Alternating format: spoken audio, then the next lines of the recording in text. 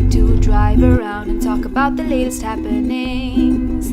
This is the channel you need, so subscribe and follow Carmentary. Alright, it's time for another episode of Carmentary, the show where I drive around in my car and talk to myself.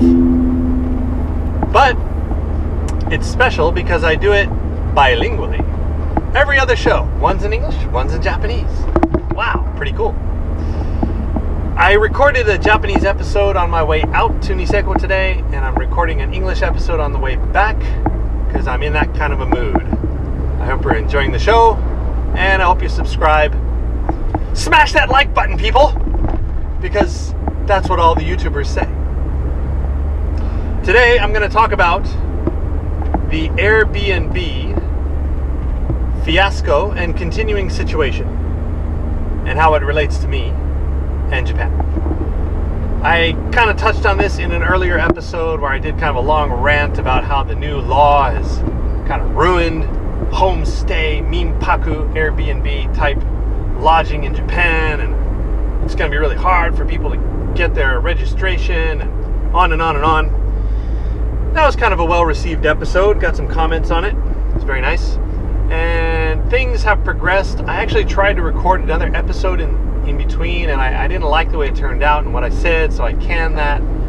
But just today, we received word, or we had put in our registration twice. We put it in once, and we were refused on the grounds that our two apartments that we own are not on the same property that we live on. That's a technical part of the law. You have to be on a connected property. So, you could live on a really high-rise apartment building on the 30th floor and own an apartment on the first floor and rent that out. That would be okay, even though it takes you a little while to get there because you got to get on the elevator and wait for the elevator.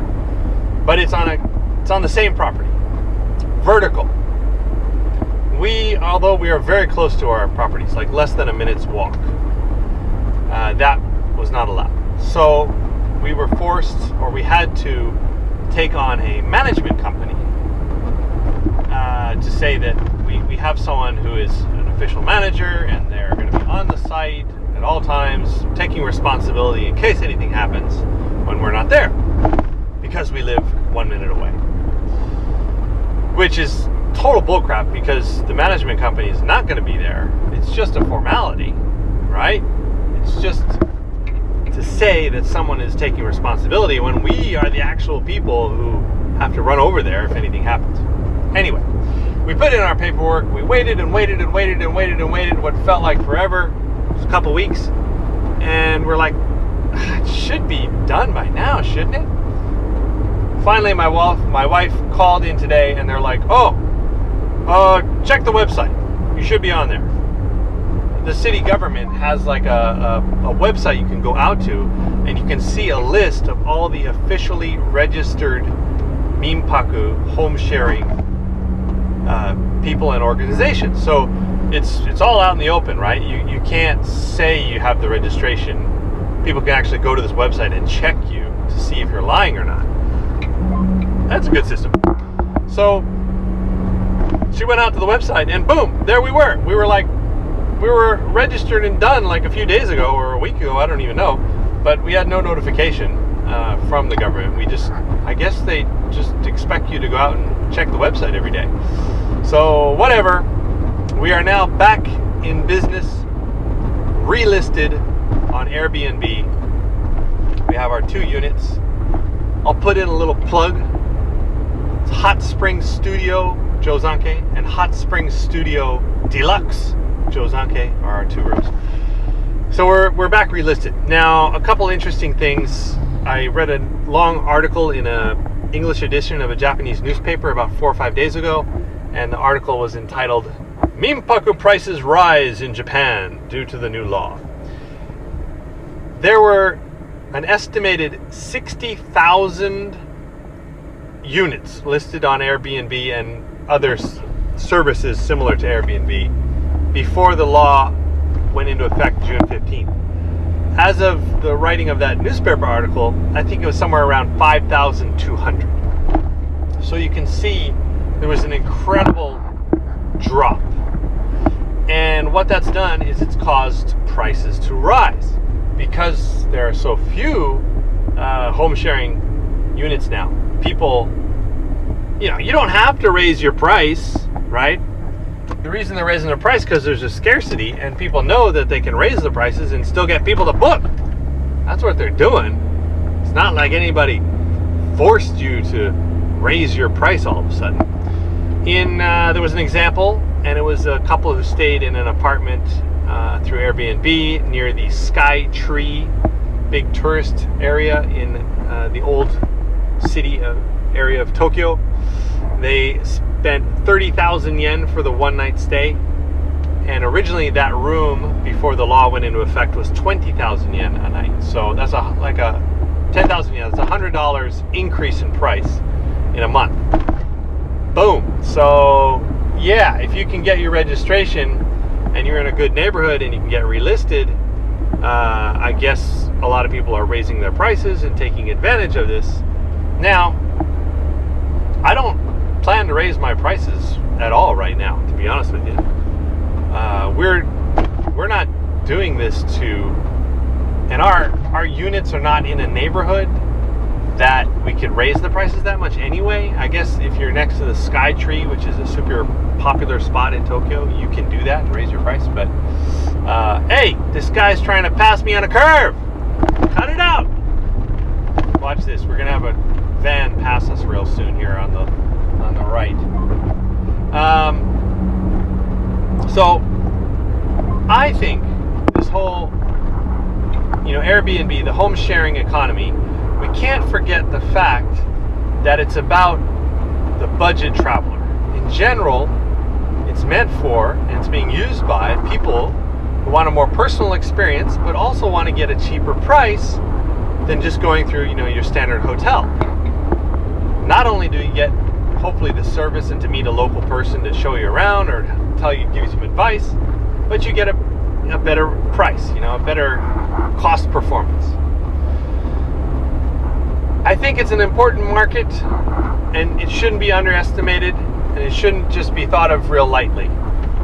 And I'm going to give an example here in closing, and it relates to the place I just came from, which is Niseko, a ski town that is now considered one of the global top ski destinations. You've got Whistler, you've got Aspen, you've got Chamonix, you've got all these, global big name ski towns, and Niseko is right up in there now. And why did that happen? That happened thanks to a bunch of ski bums.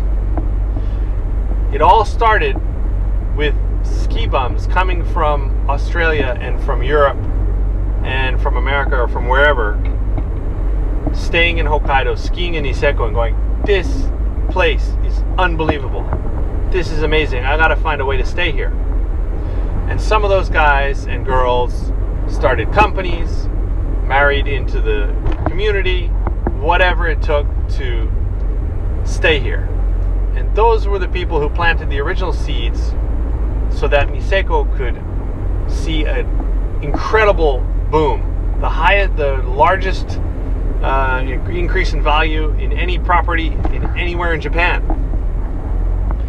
And now you've got world-class hotels, I don't know if there's 5-star, well, it's coming soon. Exclusive chalets and restaurants and all this stuff. And it all came from a bunch of, ski bums, snowboard bums. That's my opinion. You let me know if you think I'm wrong. So I think that happens, a lot. I think that surfing, bums, couch surfing kind of people travel around the world. They find these amazing, unique spots. They spread the word about it, and eventually it becomes the next big tourist destination. Now, some people are going to hate on that, but whatever. That's how the economy rolls. Another example is my wife's parents, who are now in their late, early to mid 70s. When they were young, they traveled all over Japan, going to youth hostels. Youth hostels were a huge thing like 30, 40 years ago in Japan. Cheap lodging, like, backpacker style inns for young and this is the baby boom generation. So these people were traveling around, seeing Japan. They came to Hokkaido before my wife was even born. It was like their honeymoon was going to youth hostels all over Hokkaido. They even stayed in a youth hostel in Josanke, where we live now. And that youth hostel is gone. It doesn't exist anymore. And that was a cheap way for them to travel and experience Japan. And those people later on go on to become entrepreneurs, to create companies, to do whatever. And those experiences that they had traveling, stay with them and affect them. So I think it's super important that Japan doesn't, just go, the old budget traveler. We don't need them. They don't spend a lot of money.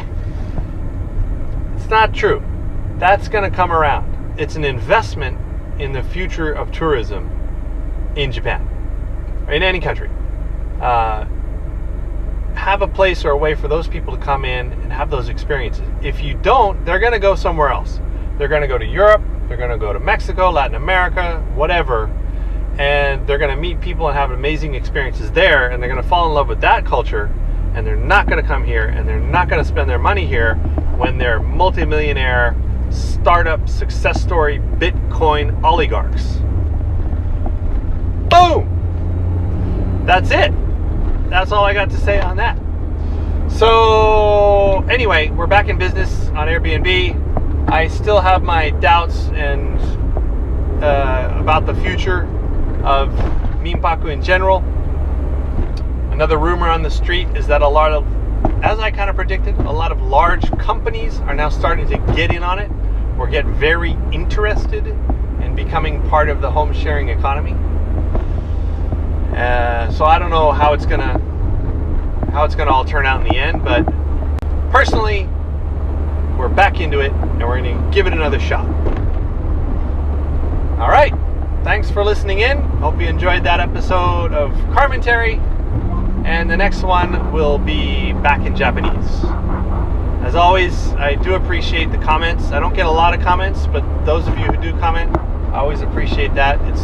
It's a real like, yeah, okay, I'm glad someone listened in.